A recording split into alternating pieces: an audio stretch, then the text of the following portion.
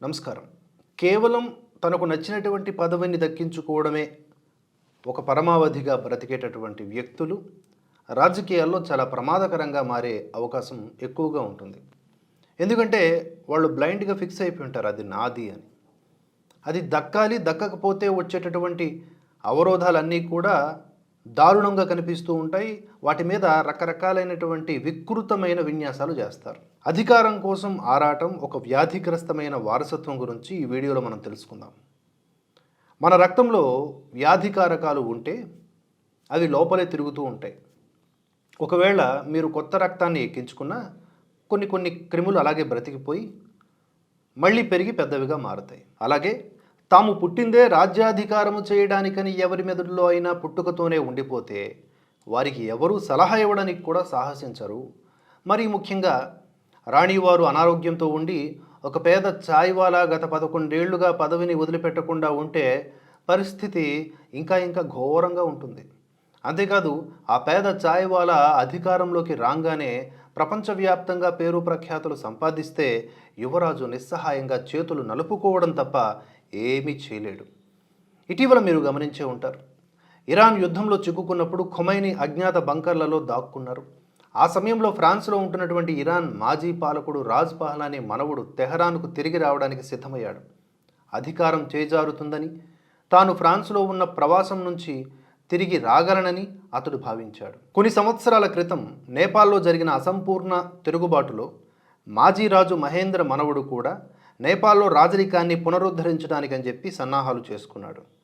మన దేశంలో కూడా ఇలాంటి సన్నాహాలే జరుగుతూ ఉన్నాయి. కానీ భారతదేశం ఒక ప్రజాస్వామ్య దేశం. ఇక్కడ అధికారాన్ని మార్చాలంటే కేవలం ఓటుతోనే సాధ్యం.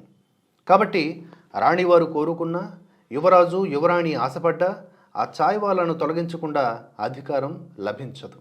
అందుకే ఇప్పుడు దుర్భాషల వర్షం కురుస్తోంది. ఆ యువరాజు రాజకీయ వ్యూహాలతో అరాచకమనే ఆయుధంతో అధికారాన్ని చేజిక్కించుకోవడానికి సిద్ధంగా ఉన్నాడు. ఈ సామాన్యమైన చాయ్వాలా ధైర్యం కూడా చూడండి. గత 25 ఏళ్లుగా ఒకసారి గుజరాత్కు, ఇంకోసారి ఢిల్లీకి యజమానిగా కూర్చున్నాడు. 2013 వరకు రాణివారి ప్రభుత్వమే అక్కడ ఉంది. అలాగే అదే మన్మోహన్ ప్రభుత్వం 2014 ఎన్నికలను నిర్వహించింది. ఇంకేం చెప్పాలి, అధికారం మనది, ఎన్నికల సంఘం మనది.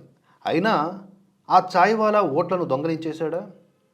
ఆ తర్వాత రాఫెల్ దొంగతనం, చౌకీదార్ దొంగతనం, రామాలయం దొంగతనం, 370 దొంగతనం, 2019 అండ్ 2024 ఎన్నికల దొంగతనం. అంటే దొంగతనమే దొంగతనం. రాణివారి నుంచి యువరాజు వరకు అందరూ తమ శాయశక్తులా ప్రయత్నించి అలసిపోయారు.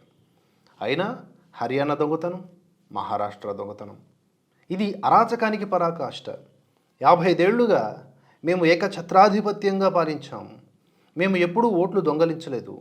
కానీ ఈ చాయ్వాలా గత 11 ఏళ్లుగా ఓట్లను దొంగలిస్తూనే ఉన్నాడు. సరే, మేము 44 నుంచి 54, 54 నుంచి 99 అయ్యాం. వాళ్ళు 303 నుంచి 240కి పడిపోయారు. మేము 236కి పరిమితమయ్యాం. కానీ ఓట్లు దొంగతనం అయితే మేము 236 ఎలా గెలిచామని మాత్రం అడగొద్దు. మీరు కళ్ళు, చెవులు, నోరు, ముక్కు మూసుకొని అందరూ కలిసి ఓటు దొంగ అని అరుస్తూ ఉండండి. గంజాయి మొక్కలకు బాగా ఈ మాటలు తగులుతాయి. అలా అరుస్తూ ఉండండి. మేము హింస, బలము, ద్వేషము అనే ఆయుధాలతో ఆ చాయ్వాలా పాలనను మార్చేస్తాం, అధికారాన్ని లాగేసుకుంటాం. రండి సోదరులారా, ట్రంప్ టారిఫ్ వారు కూడా మనతో ఉంది. ఇది చాలా గొప్ప అవకాశం. కాబట్టి గట్టిగా ప్రయత్నిద్దాం. ఏమంటారు? తామే పాలకులమని భావించే కొంతమంది నకిలీలు ట్రంప్ టారిఫ్లు, వారి బానిసల శక్తితో ఈ చాయ్వాలాను పడగొట్టడంలో విజయం సాధిస్తారా? మీరే ఉంటారు. మీ అనాలిసిస్ పాయింట్ ఆఫ్ వ్యూలో కామెంట్స్ రూపంలో తెలియజేయండి. మరొక అంశంతో మళ్ళీ కలుసుకుందాం. జై హింద్.